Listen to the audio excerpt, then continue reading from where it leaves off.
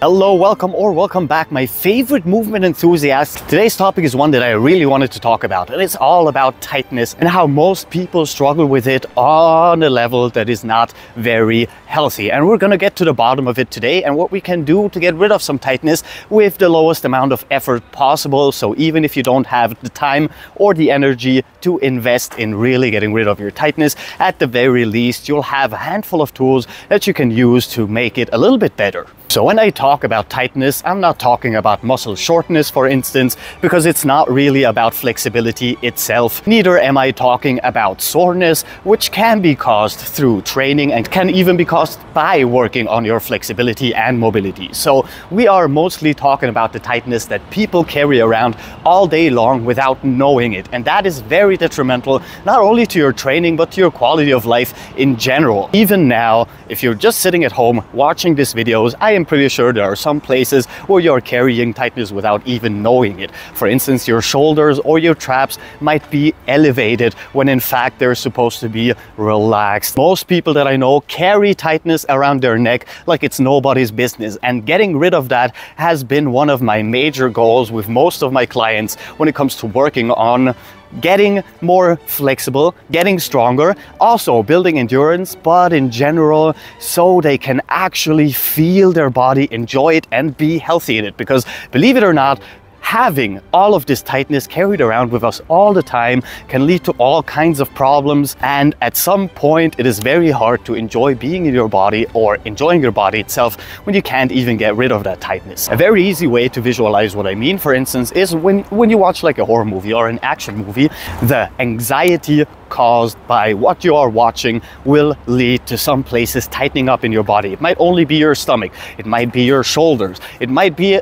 through the fear reaction that your whole body tenses up, and you need to take a couple of deep breaths and actually be aware of it when it happens so you can get rid of it. And the same goes for all kinds of anxiety causing things that we have on a daily basis. You have a deadline that you need to work on, you have so many things that you need to take care of, but you think you don't have the time, the energy, or the resources to do it. All of this can lead to the same kind of automatic learned reaction by your body, which is tensing up. A big part of that, and before I get into the acute advice that is for more instant relief and instant help, is a bigger part. If you have the time to go out and find some nature that you can enjoy and literally touch some grass, maybe go check out some ruins that you have close by. I don't know where you live, but there will definitely be something that's interesting enough away from a city that can get you to somewhere where you can breathe fresh oxygen and go for a longer hike without being bombarded with loud cars, noise, and all that stuff we have in this city. You need to give yourself time to expand, literally. And to do that, there needs to be, at the very least, a little bit of enjoyment in it. Maybe find a couple of friends and go have a grilling session.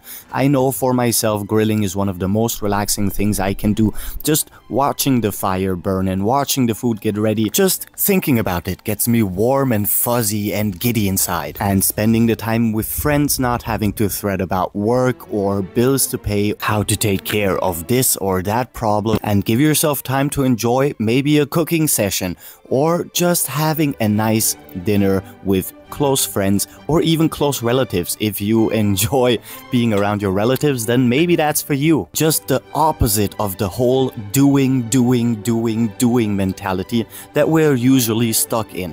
Tightness over time caused by, for instance, anxiety, that will lead to shortening muscles. And shortened muscles decrease your range of motion. Decreased range of motion leads to decreased quality of life, less flexibility, strength, and mobility. Especially nowadays when we're being bombarded with all kinds of stuff on social media. Basically, you have the entire world's news bombarding you at any given moment. You're always ready to be called or to answer messages, and you can't really get away from it, and you can't get your own time for yourself. One of the things that I suggest for most people to do is, number one, switch poses. Whenever you are seated in a position for longer periods of time, just switching that pose will already help alleviate some of that tightness. So if you're, for instance, sitting 2 hours straight, how about just standing up for 5 to 10 minutes in between that. You can do it for 1 minute at a time and then sit down for 10 minutes again. Just changing the pose you're standing or seated in can already be absurdly effective. And when it comes to posture, the healthiest posture you can take is always the one where you can relax the most and that your body takes in automatically if there is no tightness. So if you can, sit down and just check out how your body sits when it is totally relaxed and totally still. That is probably the best posture your body can take to be painless and to be in its natural form of positioning. Sure, there are ways to work on your posture and there are specific reasons to work on your posture, but when it comes to direct evidence, there's for instance no evidence that posture or bad posture can lead directly to pain. It can, however, indirectly by holding specific poses like sitting for longer periods of time, which will tighten your tendons and lead to a shorter range of motion, even if it's just a mental blockade, which is usually the problem when it comes to flexibility. Most people don't actually have a problem touching their toes. They only have a problem relaxing the muscle that is required to relax to get into said position. The next thing we can do is complete relaxation. Now there are a couple of techniques you can use to relax, but usually the best thing you can do is deep breathing exercises and including your diaphragm when it comes to the breathing exercises that you do, which means that when you're breathing in, the best thing you can do, just put your hand on your stomach. When breathing in, see that your stomach expands while your chest does not move at all. You want to expand it as much as possible, and then when you breathe out, you want to pull your stomach in and flex your diaphragm, empty out your whole lungs before taking the next very deep breath. And it only takes 3 or 4 of those to completely relax your entire body. It doesn't take any effort, it doesn't take much time. You can do it in half a minute at any point and any place, even if you're at work, even if you're just lying in your bed, which surprisingly brings us to the opposite, which is strength training. So we've talked about reciprocal inhibition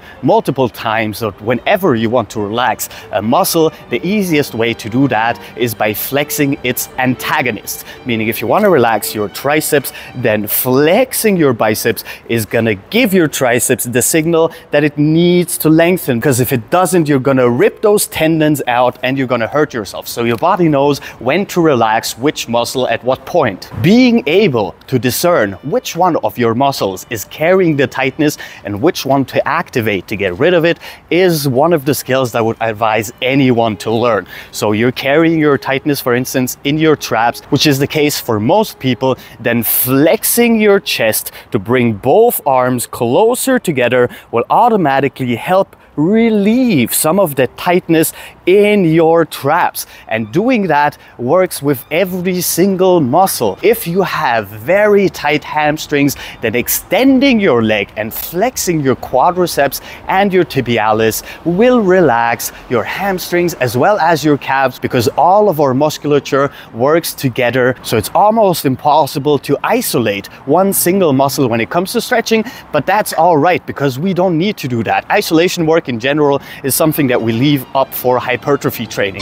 When it comes to stretching, flexibility, and flexibility leading to mobility, we do not work on any sort of isolation. You're not going to be able to isolate your biceps femoris from your gastrocnemius and soleus. However, you will be able to stretch all three together, and that makes it so much more effective. To reiterate, 1, we have relaxation through breathing techniques. 2nd, we have reciprocal inhibition, and we have strength training. Those 3 things put together should be very helpful in relieving tightness and getting rid of it. Not to mention that most tightness is deeply connected to feelings of anxiety, feelings of stress, feelings of fear, and even using these techniques can help you at the very least alleviate some of those. It will get rid of symptoms, it will definitely not get rid of the cause, but just relieving symptoms can already be a life changer for most people. If you have fear-based tightness, if you have stress-based tightness, if you have anxiety-based tightness, the mechanism of getting rid of it is basically the same, and we will be using breathing for that because it's basically the most bang for your buck, as they say. Which leads me to the last point, and this one is a little bit harder to get into. You have to work on the cause itself, meaning if it is trauma-based tightness, which I am not a therapist, I'm not a psychologist, I'm not a professional, but I can tell you for sure that if the reason for your tightness is emotional, then getting rid of the cause itself will help you get rid of the symptoms. And don't take it from me, because I am, as I said, not a doctor, but I'm pretty sure that most therapists would agree with me that releasing emotional tightness and emotional stress will lead to more relaxation, and by default leads to the release of tightness. You need to have a sound mind to have a healthy body, and until you get there, those 3 techniques should be at the least a little bit helpful. The breathing, deep, controlled, long diaphragm breathing. The strength training, because as we said, it will increase our range of motion even if it sounds contraindicative. And last but not least, we have reciprocal inhibition, which I've talked about so much because it is very effective when it comes to stretching and working on your flexibility, but it can also be a helpful tool to get rid of stress. With that said, sadly, that's all the time I have left for you today. I am on my way to the next course, but I will see you probably tomorrow because we have new videos every single day. So if you like the video and subscribe and check out other videos. Maybe you'll like some of them. Captain Cairo, peace out.